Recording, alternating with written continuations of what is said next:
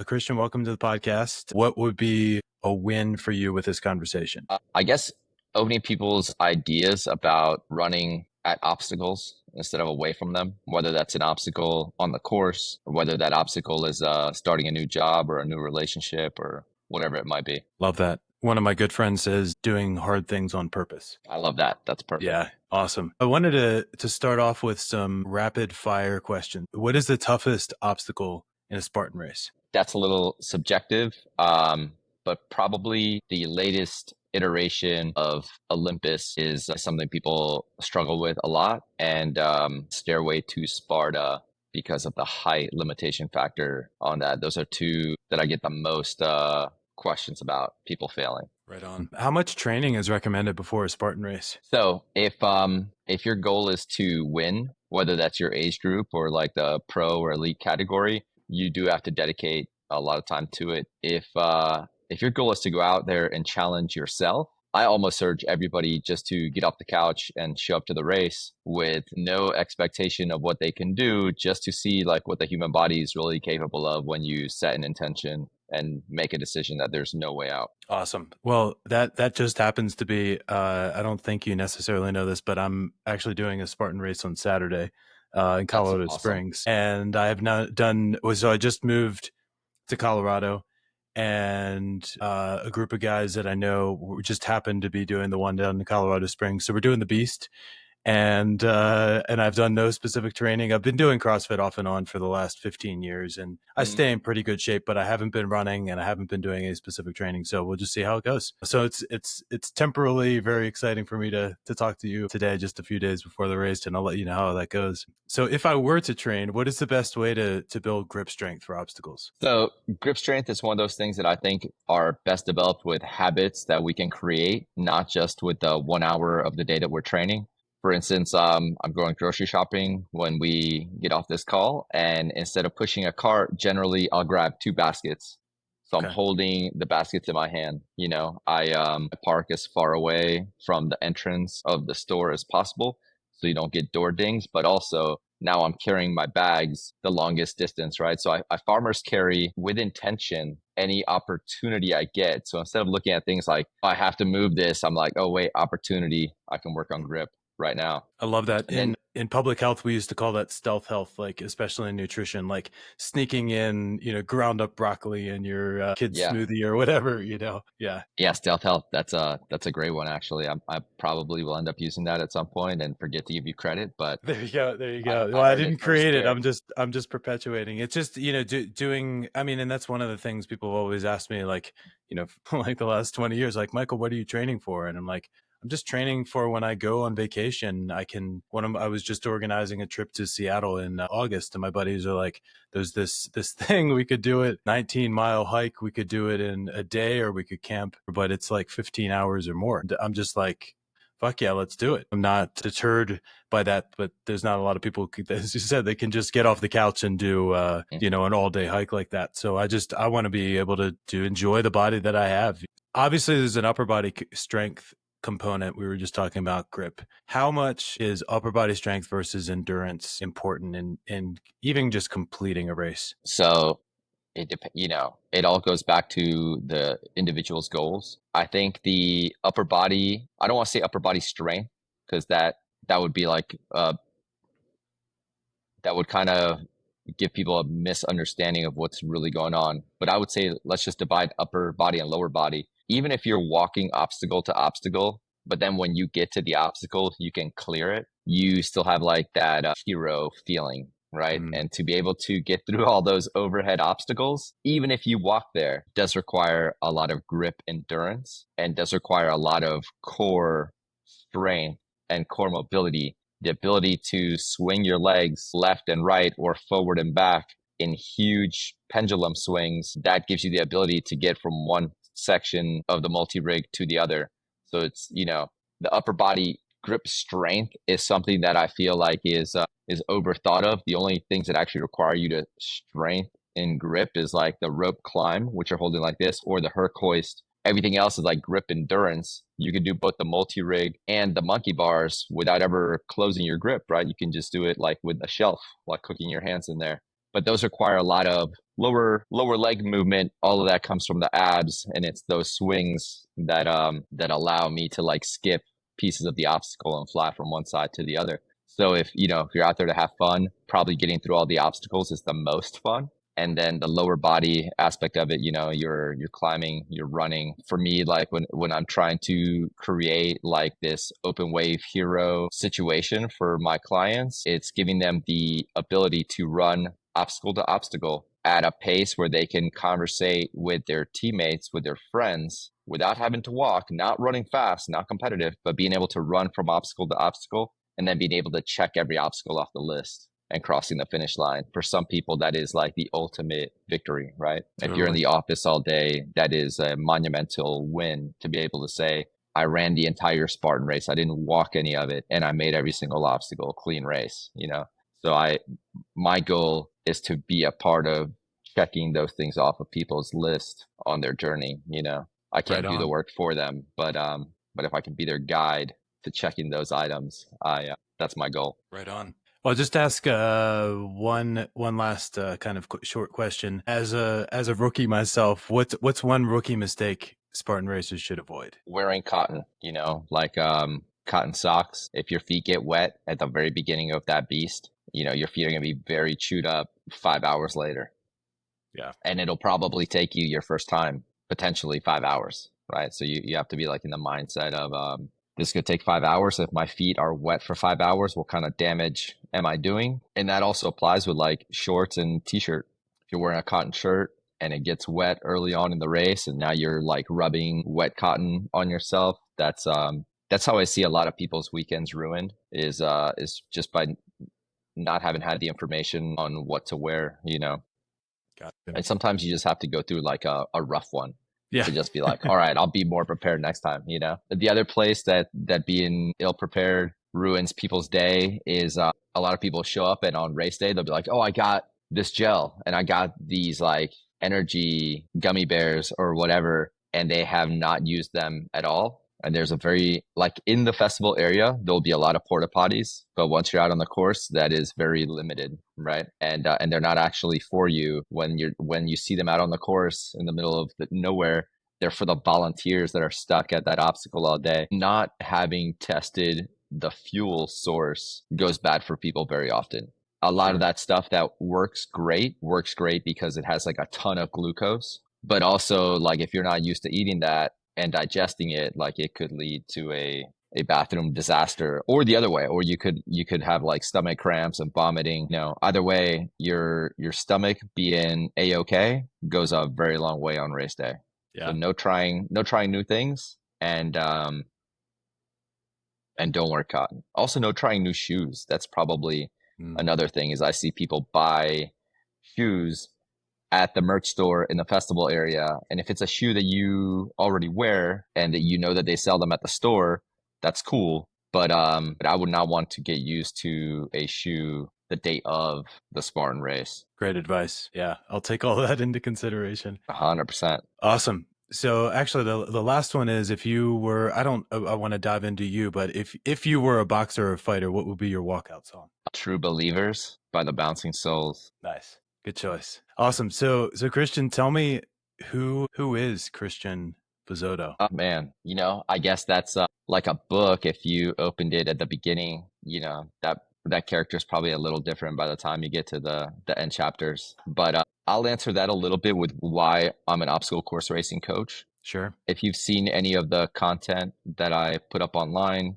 a lot of times I'm doing like these huge swings on the multi-rig, which is something that a lot of people they're just trying to figure out like how do I get across? And then you have this guy like skipping half of the sections and flying like Spider-Man across it.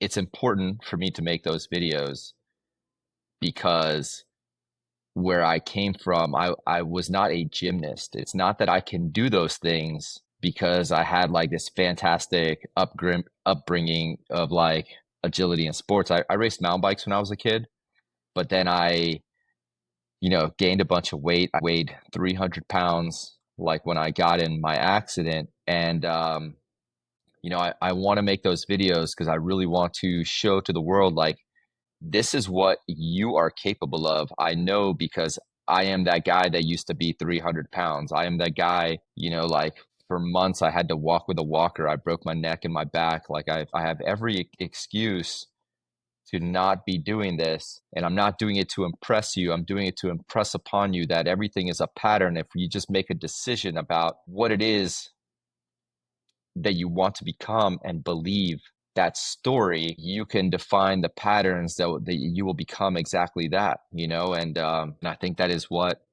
I want to be the light that gives people the permission to, go out there right now and be 100%. It doesn't matter where you started. It doesn't matter if you're 300 pounds today. It doesn't matter where you're at, spiritually today. Like I found Christ, and that changed my whole paradigm of how I looked at things. And then I realized that if I had found him earlier in my life, I probably would have missed out on a lot of the key things that I think allow me to bring value to kids when I'm talking at schools, or to the people that are themselves trying to make a change to be a better person, whether that's a physical change or financial or relational change. I hope I can encourage people to just go out there and try and fail and stand up and try and fail. Awesome. Does the story of your accident influence the rest of the story? Yeah.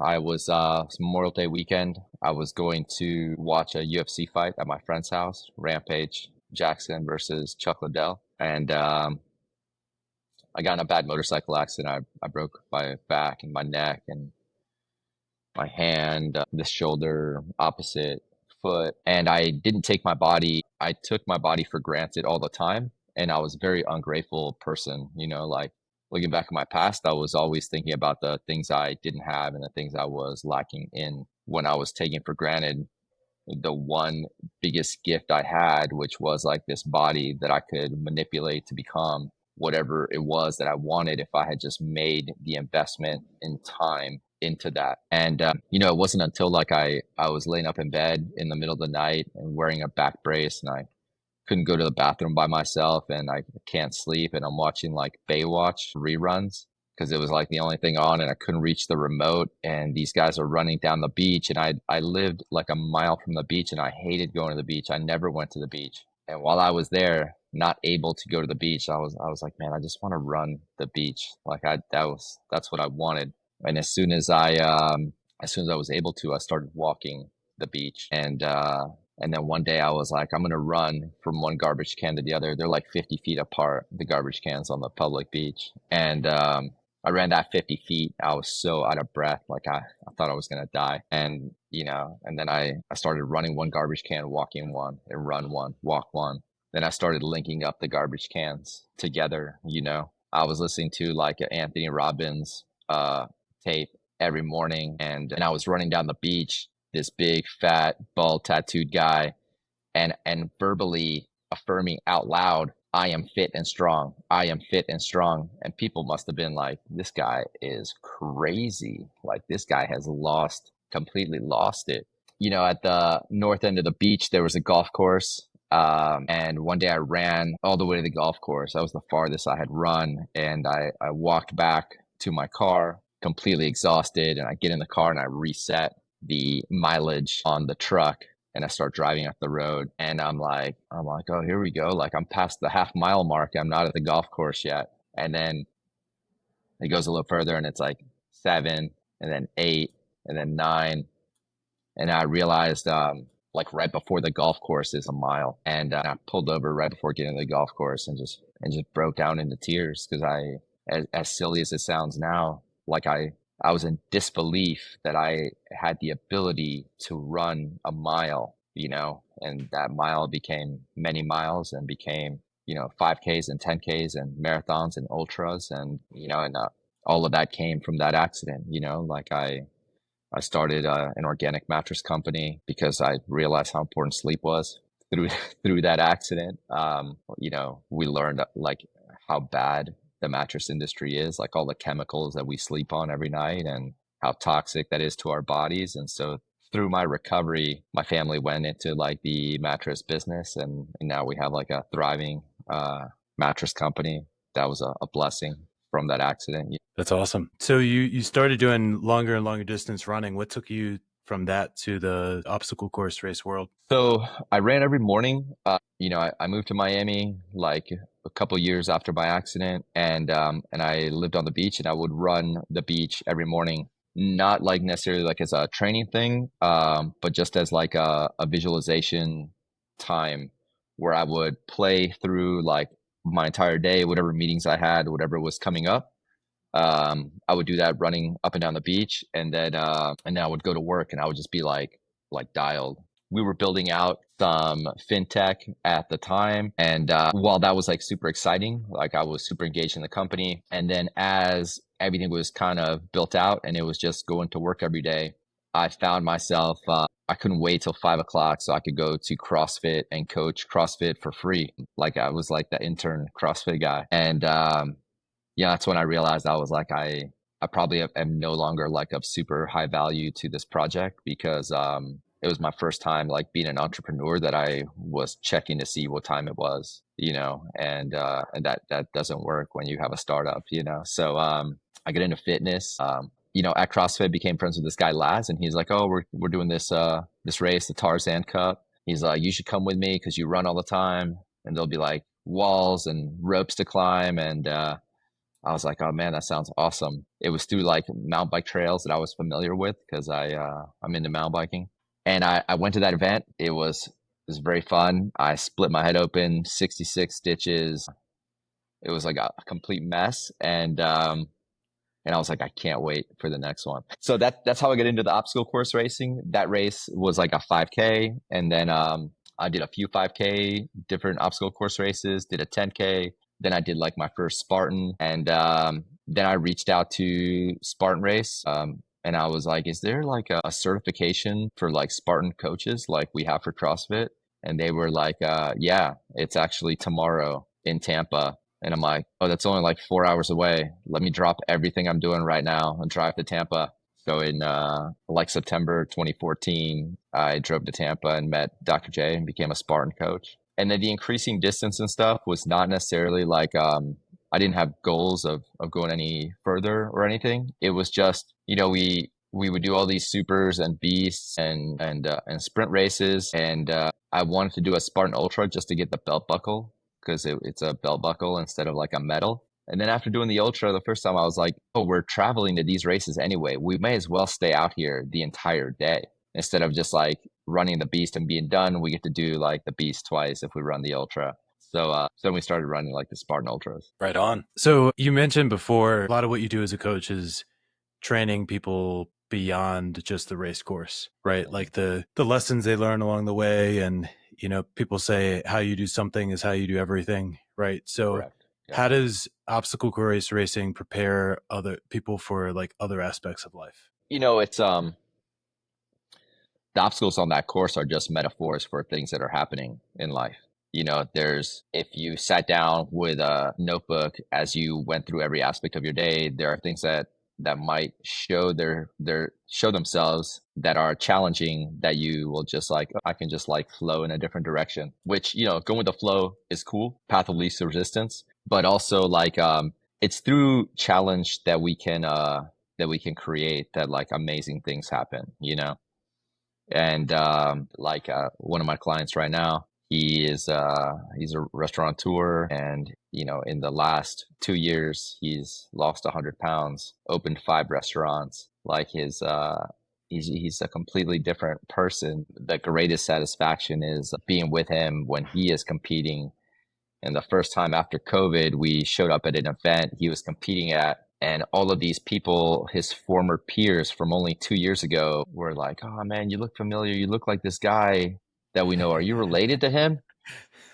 And I'm like, wait, like it's COVID. Like people haven't seen this guy in 2 years. And but that's the biggest like mind blowing thing, and his physical change is only like a small part of that, right? Like he's a completely transformed individual. And to have been able to be a part of that story is, that's the stuff that money can't buy, It's Absolutely. and that's made up of a lot of course correcting and just identifying things that people can live with every single day and create positive patterns with, like things that can just become a bunch of habits. Like I talk about dark matter all the time. I don't mean it in the way that David Goggins does. I mean it in the way of like we put so much focus as a coach. I notice a lot of athletes and coaches put so much focus in the program that is written for them or that they write for someone else, that 1 hour a day. And if I give that same program to two people, they will have wildly different results, right? If it's written well, they'll both have great results. But the nitty gritty, the times at the end of the day are wildly different. And that's made up of like, that's that dark matter stuff. That's like this one guy take the stairs versus one guy takes the elevator. There's 23 hours of the day that can all in their own way make you better at achieving your goal. Even the hours we're sleeping can be optimized for us to achieve our goals, right? So it's like, when I say dark matter, I mean like the all of the fill that's not being accounted for, using all of that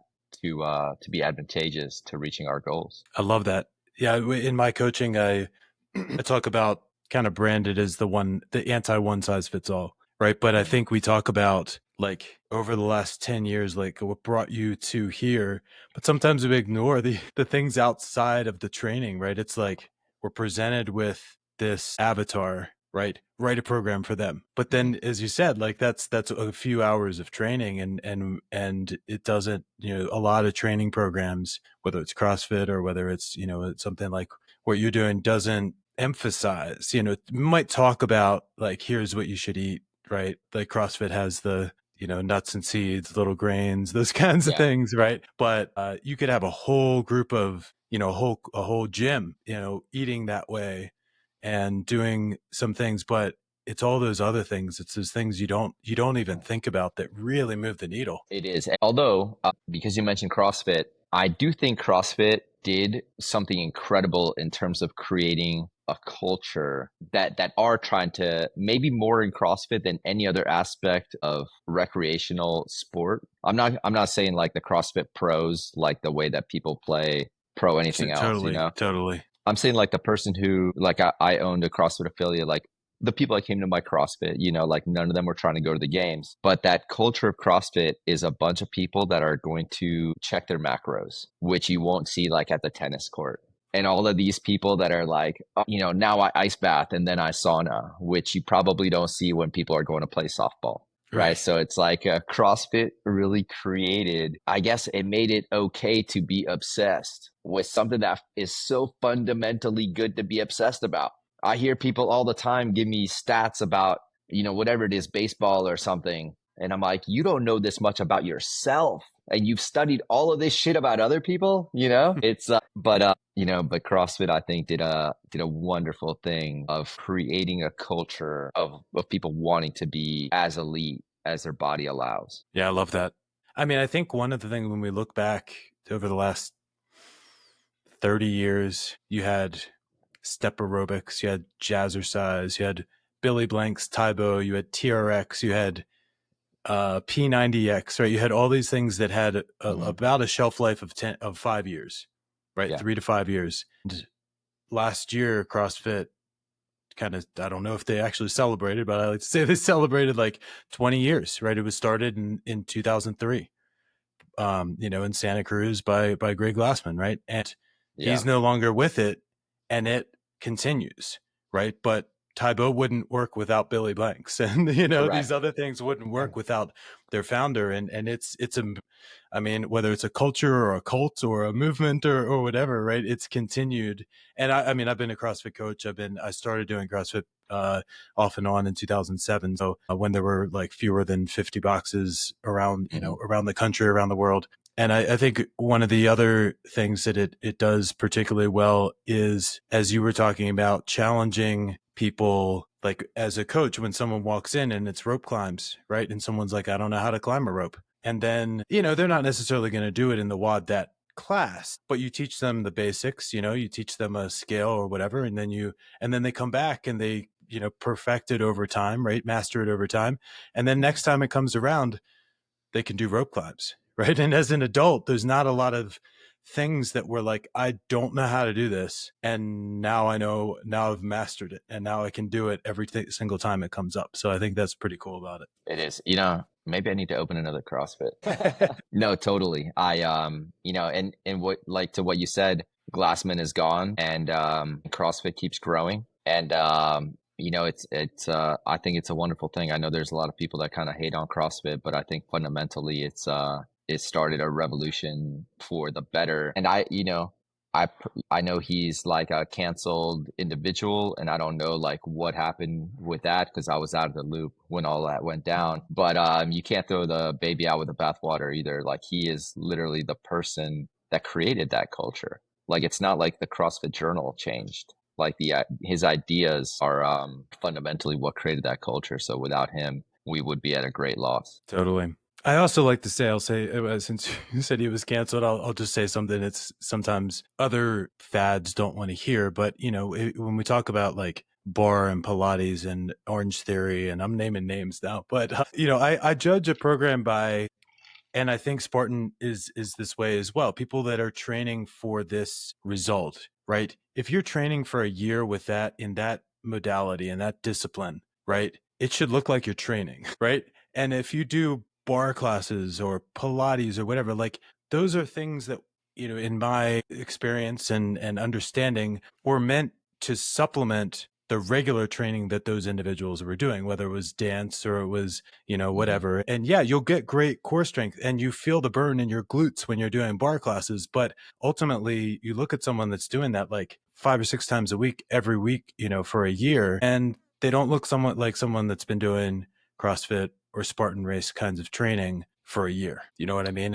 And I'm just like, as a minimalist in a way of, I want the maximum efficiency and effectiveness of my training because I'm a busy dad. Like, I don't want to do something for an hour and a half a day that's not getting me visible results, and I think that's true for most people. Well, when I ask as a coach, from one coach to another, qualities like emotional intelligence, empathy, communication skills, things like that are central to great coaching. Can you talk about how you've developed and honed those abilities over the last 10 years of being a coach? I'm glad you said developed because they definitely were not there when this whole thing started. I've had to do so much learning along the way. I look back, and if I think about the person, not even the coach that I was, but the person that I was when I started my coaching career, I guess I would be like a little bit like embarrassed of some of my actions of how I thought about a lot of things at the time. But also like I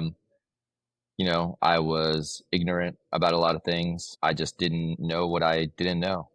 One thing that I'm grateful for is I think I've always been like open-minded about things that I was wrong about, and it's like I've had like stern ideas on stuff and played out the experiment for myself and then been like, oh yeah, that actually did not work at all. There's no doubling down on stuff that doesn't work. But yeah, the empathy is a big thing also. And I guess that when I first got into coaching, Dr. J from Spartan Race, he said something, I don't know if it's in any of his lectures, but he said something to me and he was like, dogs need trainers and people need coaching.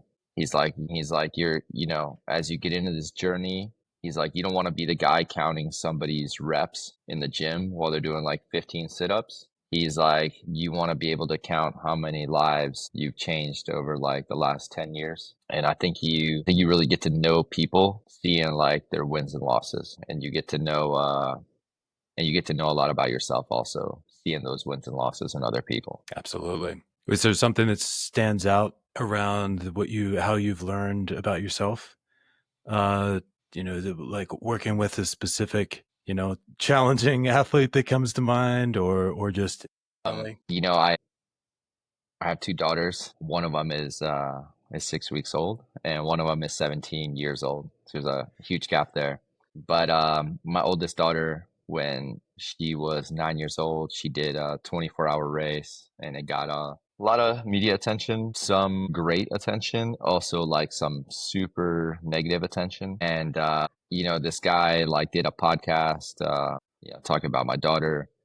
And when he reached out to me about if I wanted to comment about what had already been recorded, At the time, I was dealing with so much media request stuff that we ended up getting like management for my daughter to help navigate all those things. She was on like the Today Show, Good Morning America, USA Today. Like she was on all these things. So we had someone manage that. And I was like, look, if, hit up this person and we'll set up a phone call or whatever. And he was really upset about me not taking the interview. And I kind of I was like, oh, screw this guy. Later down the road, I read all of this guy's stuff and I'm like, oh, I think this is like the guy who knows the most in the room. And I swallowed my pride and I reached out to Rich Diaz and I was like, I'm a coach. I coach running and I want to learn how you coach running and see if we can make a champ out of this little kid. And along the process, see how many people's lives I can impact directly through running, which I think running is a very misunderstood thing. In so many sports involve running, and a lot of the outlook is like run faster, farther, harder, without ever actually like understanding the mechanics and the efficiency of the movement, which is something that I felt Rich Diaz had like mastered, you could say. That might be one of those stories where I thought I knew better than this guy, and then very quickly was like, I should probably reach out to this guy and swallow my pride and be like, hey, I want to learn. I want to learn what you got cooking. I love that. I love that. Actually, I have a question. It's a great segue off of that. And in these types of, I mean, I grew up in the DC area. That's, the rat race of the Beltway, right? And in those high performance, high, status environments, power yoga was super popular, but it was all about like going deeper into that pose, not about the mindset, the mindfulness aspect of it, right? So it can breed like over aggressive, win at all cost kind of mindset. Do you find that, and how do you help athletes ensure they maintain like sustainable training and a sustainable mindset? Well, you're going to have those athletes that are just savage.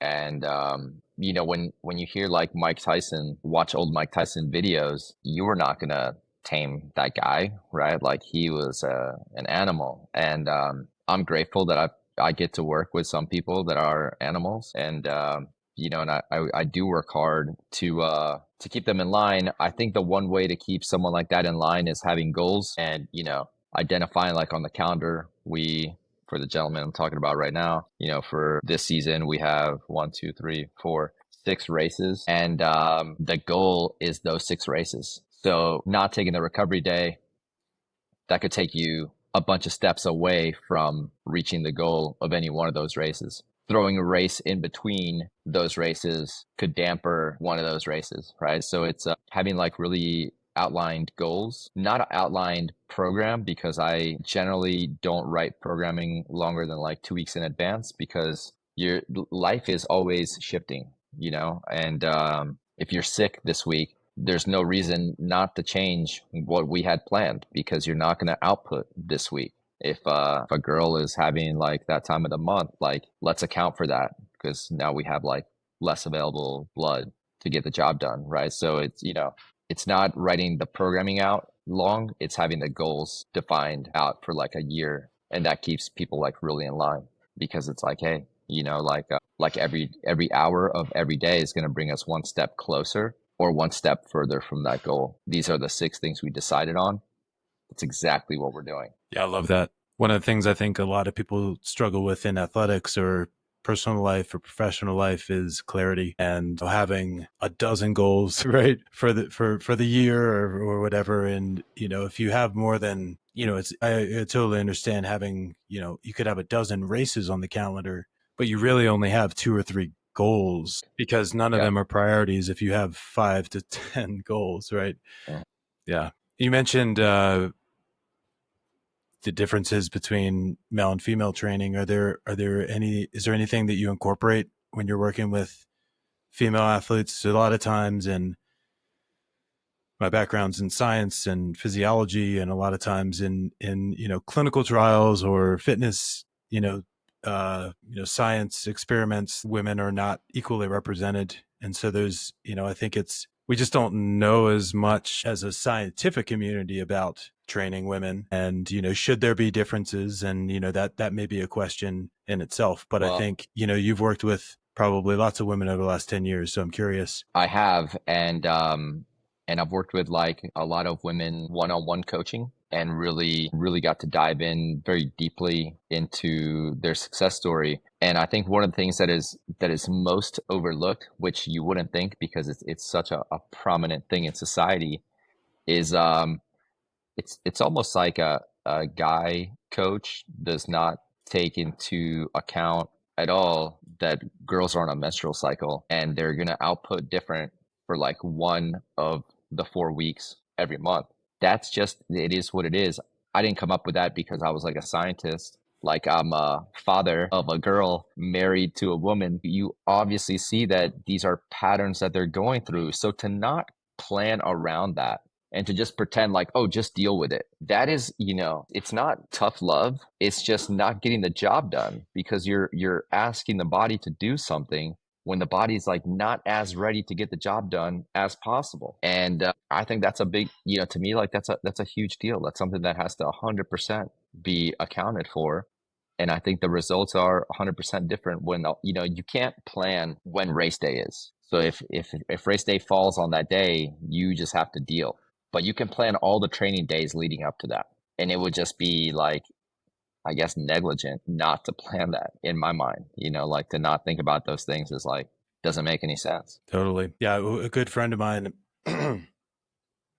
studied women athletes, particularly runners, in college and grad school, and a lot of them, being cross country runners, were super low body fat, and it became normalized in that community To to have not no even have a period. menstrual. Yeah, Yeah. and what they actually found when they, kind of studied it was it wasn't like it wasn't better short term or long term in terms of recovery to have that low body fat. Like, in maybe for one race to be lower in weight, because of your weight to power ratio or whatever. But when you look over a season or a career, college career, it was not those that were starving themselves that were doing the best, because there's just so many other physiological things that are happening when you're that deprived essentially of nutrients, and your recovery just suffers so much. It's, it should not be normalized, and hopefully as it's more understood, the culture can change and shift away from that. Yeah. And I think looking forward to race day, we should be in the understanding of it's race day. It's not a physique competition. Yeah. Like you don't have to show up as lean as possible. You have to show up with the right amount of fluids and fuel to get the job done. Yeah. Yeah. And I think, I mean, that's a great parallel back to like the CrossFit games, like the top athletes in the world, right? The top 30 that make it to the Hmm. games, right? Depending on the year, um, are not bodybuilder competitors, right? They're not like 6% body fat. Some of them are carrying more because that's when they're the strongest, you know? Yeah. And, with handstand push-ups or rope climbs or muscle ups or whatever, like any of the these gymnastics, movements, there's definitely an advantage to being, having that ratio. But their power is so much exceeding their their body weight, it doesn't matter. And then when you're doing a snatch or a clean and jerk or pushing the sled, that's why athletes like Chris Spealler like never had a chance because he was 145 pounds, and you have guys that are 185, 195 in the same height. So He like did he's pave the just wave. now, yeah, no, I have nothing but love for him, and I wish there was a CrossFit type competition that body weight guys could excel at, and they started the grid and all those kinds of things where it's specialized. I think that's, for me, I'm, 175, 180 pounds, and, pretty good with the body weight stuff, but I just, I'm not going to snatch 250 and clean and jerk 300 in this lifetime. So, it's kind of, Yeah, that's where I think like this new hybrid thing, like High Rocks mhm. and DecaFit. I think they play really cool into like it's not an obstacle course race. It's not CrossFit. It looks like a Metcon on paper, right? It's like run, do this, run, do that, and it is interesting. Like Hunter has set like a bunch of records at High Rocks. Didn't do well at the last one, but he did not necessarily kill it at the CrossFit Games. But now you see him like up against other CrossFitters at this like prolonged endurance, kind of the same type of workout, and he kills it. Yeah. Well, as a mountain biker, you'll appreciate this CrossFit and a CrossFitter. I always say, the official definition of CrossFit is high intensity functional movements, constantly varied, right? However you want to mix those 6 words together, right? Yeah, constantly Functional varied, movement high functional movement at performed high at high intensity, right? intensity. And I just like to say it's a skilled it's performing a skill at a high heart rate. And so as a mountain biker, if you spin up a hill, take some time at the top, as a lot of enduro kind of riders do, right? And then bomb down, cool. Or you can do it like more cross country riders, or right, sprint up to the top, don't take any rest, now descend down, and it's a completely different game. Right? And the mindset, the focus and everything you need when your heart rate is pinned, that's CrossFit. And that's taking that training modality and applying it to other things, as is in the original CrossFit thing. Try new sports and play other things besides just in the gym Yeah. training in this modality. Yeah, the cross country riders right now are so insane. And when you look at like the cross country bike versus like the enduro bike, you have to be so much sharper between the ears because it's so much less forgiving, Oh Like yeah. those bikes climb fantastic, but I like to bomb fantastic. So I'm more on the enduro side of the thing now. I hear you. I hear you. Well, we're coming up on an hour, so I want to be respectful of your time. Could I ask you a couple more quick to answer questions, and then we can wrap it up? Sure. I know I'm not great Awesome. at answering questions quickly. I hear that from my wife all the time, but shoot them and I'll try to answer as fast as Fair. possible. I don't think I asked you this before. What's your favorite obstacle? Maybe like the spear throw, but my favorite obstacle to teach is the rope climb because I think that's like a survival skill. All the time in movies, I see like someone is like down a ditch and they throw them a rope, and I'm like, now what? Most people can't climb a rope. Right. And You I gonna know pull from the my ass top, you're up? not going to pull them up, Right. So I'm like, shoot, give me something realistic. Right. So, Right. teaching people how to climb a rope and do a muscle up, I think are survival skills, So Yeah. I do value obstacles like that more. Absolutely. What's an exercise you hate doing but is important? Man, I don't have any exercise that I hate doing, Like for like 6 months I did 100 burpees every day live on Instagram until my daughter was born, and now I just can't seem to make it out of the house at that time to get those done. But even that, like people are like, "Oh, why would you do burpees every day?" Every time I hit the ground, I stand up and clap.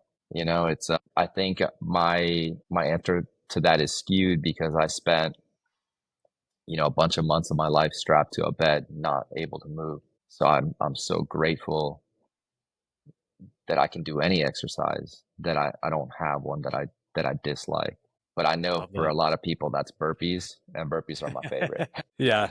Burpees and thrusters are probably the worst for most people. Is there a training fad you avoid? Um, Or well, not many people stick with it for years. right, right. So I developed like a good understanding of the pros and cons, and I stick to the idea that for some people it should be probably the way that they eat. Like not everybody needs as much carbohydrates if you're not in a fitness lifestyle, versus like if you're doing CrossFit, keto probably does not work. I can scientifically probably think that right now because you need the fuel to get the job done. Like I did the vegan thing for a couple years. I don't think that works at all for anybody, but I had to do it to and really own it. Like I was sold on the idea of it to really realize that I was like, oh, this is not like the best way to be strong and healthy. I had a It's just bunch hard to of get enough protein, right? Yeah, I had a lot of joint issues that I didn't realize would just go away when I started eating more fat and more protein. I did the carnivore thing for like a little over a year. I love steak, so that makes it like super easy. And it is one of those things like if your only goal is to be lean, I do look fantastic when I'm only looking eating meat. I'm 45 years old and I'm like, I would wake up a bunch of days and be like, fuck, man, I'm impressed, you know, I'd be impressed with myself, you know, so like fad wise, diet wise, I think I've tried like the big things that have come across the internet, and I've tried it long enough and strict enough to have like my own opinion, not someone else's opinion that they read somewhere. But as far as like training fads, maybe I'm doing fads and I don't even know it, you know, like what would be like a training fad? I mean, I guess hit would be one, but that's kind of incorporated That's kind of like into all of CrossFit, you this. know? Yeah. Yeah. Yeah. Like I still write workouts that have Tabata stuff, and you know, I do a lot of high intensity intervalish stuff throughout like a week of programming, and you know, So what do you, I guess the thing, one of my buddies just called me earlier this week and said he's been a lifelong weightlifter about our age and has never really done cardio. And he's like, Mhm.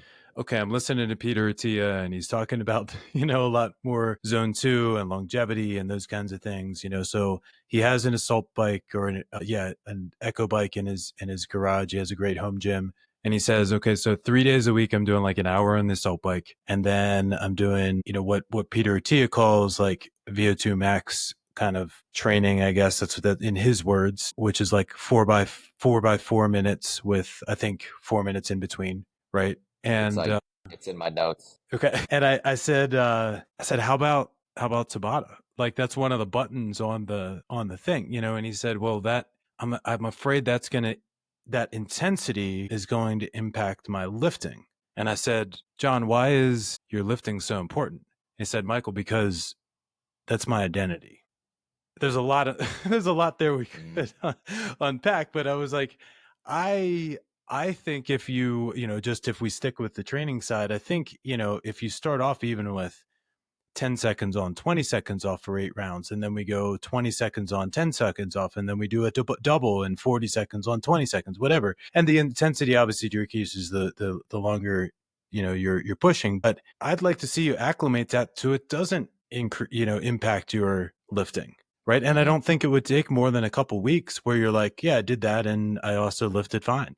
And I think there's really where when we talk about the other 23 hours of not training, like you should be able to do 8 rounds of 20 seconds, Yeah, it's and four not minutes have it, total. yeah, and not have it wreck the rest of your training plan. Yeah, I agree. And also like if someone's goal was weightlifting and they want to incorporate more cardio, like you were just I think you just mentioned like Maptone method or like zone 2. Like if you're in that oxidative pathway and you're running like at an aerobic pace, you're not going to lose any size. You're not going Right. to nothing's going to be catabolic, but you will burn through some fat that you probably haven't been able to burn through just lifting weights. And you get that from running at such a low heart rate, Mm-hmm. which is like the opposite of like when people think they need to run, they think they need to go out to run hard to lose weight. But I've seen countless of times people that are rucking every day or running only at an aerobic base, um, probably have like the best results in shedding fat, typically fat percentage, not weight loss overall. So do you consider what we call zone two now? Is that what we used to call LSD, long slow distance, or is it a different intensity? Yeah, yeah, I would think that LSD is zone 2 even, but I think LSD is even zone 1, you know, like zone 1 and 2, I think is in that like slow long distance or steady long distance or long steady distance, however we want to look at that. And back to like the original thing, like training for a Spartan race. If your goal is not to win the Spartan race, all of your run training can just be LSD. All of that can be zone 1 and 2. And then you'll be able to run from obstacle to obstacle with a big smile on your face while you're talking to people next to you that are panting because they only run short stretches at CrossFit Mm. and they haven't developed that capillary density. They haven't developed that aerobic base. So whatever happened to Brian McKenzie and CrossFit Endurance? Like, does that still have relevancy in that So, modality in this training? Because he kind of got, I don't know, he kind of just fell off the map. I yeah, feel I like know. he didn't get canceled or anything. He just like it was like ignored, dismissed. I don't I never took like the running endurance program. Like I know they had like a program for it, Mm-hmm. I never did that. I wish I had actually, because I think Brian's like a super smart dude. I Agreed. also think after he injured himself, it might have changed his focus. Like for me, my injury changed my focus entirely because I was like, oh, I have a second chance at life. Here's all the things I'm going to do different. So, I don't know if maybe his accident or his situation had something to do with him falling off. I know like Chris Hinchcliffe is like wait, is that his name? Chris Henshaw, I think. Henshaw, that's his name. Yeah, Yeah. Chris Henshaw is like the person who does CrossFit Endurance now. But I haven't really followed up on that methodology, so I would be ignorant to like speak on it. But yeah, I think for me, for most people, unless the goal is specifically to be a fast runner, for most people's everyday happiness and to get through a Spartan race smiling and be able to do all the obstacles, you only need to run like at an aerobic pace or like a zone 1, zone 2. Cool. All right. One last question. What 3 words capture your approach to life? 3 words. Passion, tenacity, love. Beautiful. Awesome. Well, thank you very much, Christian. Where can people find you? Most people find me on Instagram. So that's Christian, CHRISTIAN _ Bizzotto, BIZZOTTO. My website is also just christianbizzotto.com, or on YouTube, it's just Christian Bizzotto, all one word. Awesome. Is there anything else you wanna throw out there before we wrap up? No, thank you for the opportunity, and for you guys that are listening, really take to heart the idea that it's, I'm sure everything you're doing in the gym or at CrossFit or with your trainer, I'm sure you're doing great at that. I just don't want you to overlook all the other things, and I want you to really put in perspective that 1 hour a day is like 4% of your day. What are you doing with the other 96%? Absolutely. It's a great takeaway. Thank you so much, Christian. Michael, thank you, sir. It's been a pleasure. Absolutely. Talk to you soon.